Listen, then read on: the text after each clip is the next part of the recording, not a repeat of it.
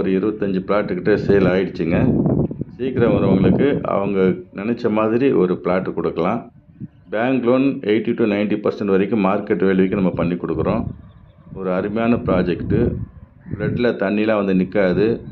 குடிக்கிற தண்ணி அருமையாக இருக்குது இந்த இடத்துலலாம். நீங்கள் தயவுசெய்து வாங்க, வந்து பாருங்கள்.